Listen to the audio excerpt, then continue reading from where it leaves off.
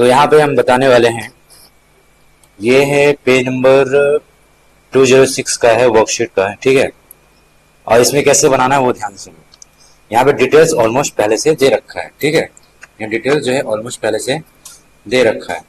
हमें निकालना है टोटल नंबर। क्या निकालना है? टोटल नंबर निकालना है। तो कैसे निकालना है ये अच्छे से जानते हो कि टोटल नंबर हम लोग कैसे निकालते हैं। सबसे पहले क्या कर रहे हैं, यहाँ पे करना है इक्वल। इक्वल कर दिए तो इक्वल करने के बाद हम लगाएंगे सम, SUM कैपिटल में। उसके बाद मैं ब्रैकेट स्टार्ट करूंगा और हमको लेना है कहां से कहां, तो मुझे लेना है सी से सीकट 2 से। मैं सीकट 2 से ले लूंगा और कॉलम लगाऊंगा। अब फिर यहाँ पे F2 तक का मुझे चाहिए और फिर यहाँ ब्रैकेट बंद कर दूंगा। जैसे ब्रैकेट बंद कर दूंगा मैं यहाँ पे इंटर प्रेस करता हूँ, मुझे यहाँ पे टोटल सम मिल गया। इसी तरह से यहाँ पे इसको यहाँ पे पकड़ के मैं नीचे की ओर टानूंगा और ये सारे के सारे वैल्यू हमारे पास टोटल आ चुका है। ये जो है टोटल ये यहाँ पे आ चुका है। मैं इसको हाईलाइट कर दे रहा हूँ। मैं इस चीज को यहाँ पे ये करके मैं यहाँ पे हाईलाइट कर देता हूँ।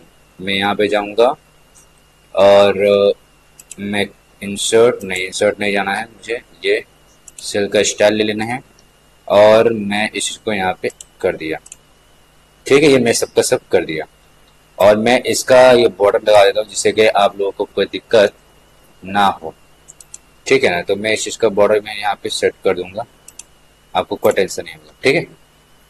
अब बात आता है कि मैंने ये चीज कर दिया, टोटल निकाल दिया।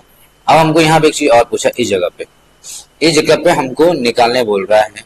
मैं यहाँ पे एक सेल को मैं फिल कर देता हूँ जिससे कि कंफ्यूजन जो है वो ना बने, है ना, वो कंफ्यूजन एकदम ना बने। इसीलिए मैं यहाँ पे थोड़ा सा डाल दे रहा हूँ वेल। अब यहाँ पे देखिए, यहाँ पे कितने जीन्स होगा, मैक्सिमम जीन्स कैसे होगा, कितना होगा, ये हमको कैसे पता चलेगा। हम क्या करेंगे, फिर से यहाँ पे लगाएंगे इक्वल लगाने के बाद मैं लिखूंगा MAX। मैक्स लगाने के बाद मैं यहाँ ब्रैकेट लिखूंगा। ब्रैकेट लिखने के बाद मैं रेंज लूंगा। कहां से कहां रेंज लूंगा, तो हम लेंगे सिर्फ जो टोटल निकाले उसका, उसमें से हमको बताना है कि मैक्सिमम किसका है। तो कैसे पता चलेगा, तो मैं लूंगा यहाँ पे जी का कौन सा लूंगा, मैं लूंगा 2 और जी को 2 से लेकर मैं यहाँ पे लगाऊंगा कॉलम और जी का 2 से लेकर मैं जी का 11 तक लूंगा। मैं जी का 11 तक क्यों, क्योंकि मेरा जो वहां पे वैल्यू है किसका, सेल का, मैं वहां से लूंगा और मैं करूंगा यहाँ पे इंटर प्रेस। तो हमारा जो मैक्सिमम नंबर है, जो मैक्सिमम है इस पूरे में से, जो मैक्सिमम है वो है 270, वो मेरा यहाँ पे आ गया। अब मैं यहाँ पे लिखो मिनिमम है, तो मिनिमम भी सिर्फ वैसे करूंगा मैं इक्वल डालने के बाद मैं MIN मीन लिखने के बाद मैं ब्रैकेट स्टार्ट करूंगा। ब्रैकेट स्टार्ट करने के बाद मैं फिर वहीं से लूंगा G2 से, फिर कॉलम लगा के फिर लिखूंगा G11 तक और मैं ये ब्रैकेट बंद कर दूंगा। जैसे ही बंद करूंगा मैं इंटर प्रेस करूंगा और हमको यहाँ पे मिनिमम नंबर जो होगा वो मिल गया। अब बात आती है एवरेज। अब एवरेज कैसे निकालेंगे, सिंपल वही करेंगे, इक्वल ले लेंगे ABERAGE। एवरेज लिखने के बाद मैं ब्रैकेट फिर स्टार्ट करूंगा और एवरेज निकाल दूंगा टोटल। वहां पर जो टोटल है उसका एवरेज निकाल लूंगा। G2 ले लिया, मैं कॉलम यहाँ लगाऊंगा और G11 लिख दूंगा और मैं कॉलम को बंद कर दूंगा और मैं फिर इंटर प्रेस करूंगा। जैसे इंटर प्रेस करता मुझे पूरे का एवरेज मुझे यहाँ पे आ गया और वो एवरेज जो है 2108.8 का है। अब हम लोग आते हैं आगे। इसमें एक काम और बोला है, ठीक है। ये 2 काम हो गया मेरा, पहला निकल गया मेरा टोटल, दूसरा का निकालना था वो हमारा मैक्सिमम, मिनिमम और एवरेज निकल गया। 2 क्वेश्चन अब बचे हुए जिसमें कि पहला क्वेश्चन है 3 नंबर का कि पाई चार्ट बनाना है। किस चीज का पाई चार्ट बनाना है, तो ये पाई चार्ट बनाना है डिस्ट्रीब्यूटर और जो टोटल सेल हुआ, जो टोटल चीज का जो सेल हुआ उसके अकॉर्डिंगली, यानी इन 10 व्यक्तियों के अनुसार हमको ये निकालना है। तो हम निकालना है पाई चार्ट। तो हम क्या करेंगे, सबसे पहले यहाँ पे जाएंगे, कहाँ पे जाएंगे, डाटा में।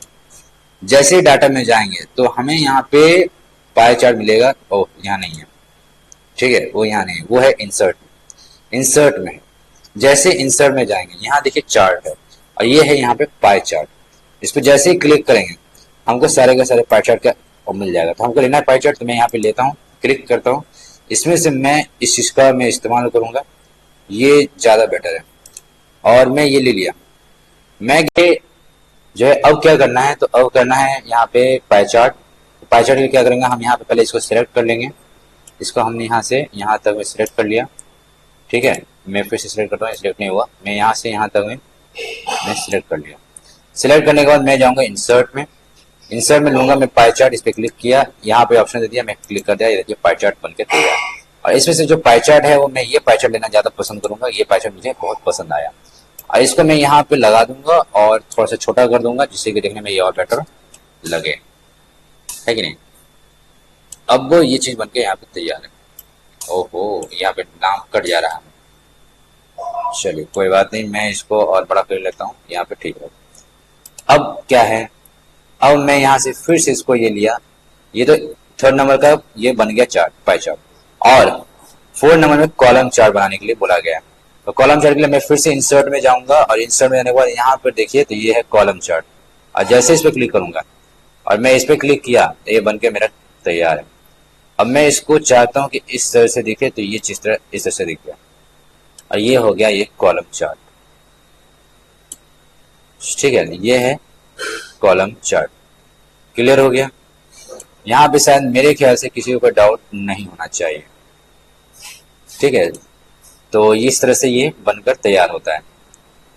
ठीक है।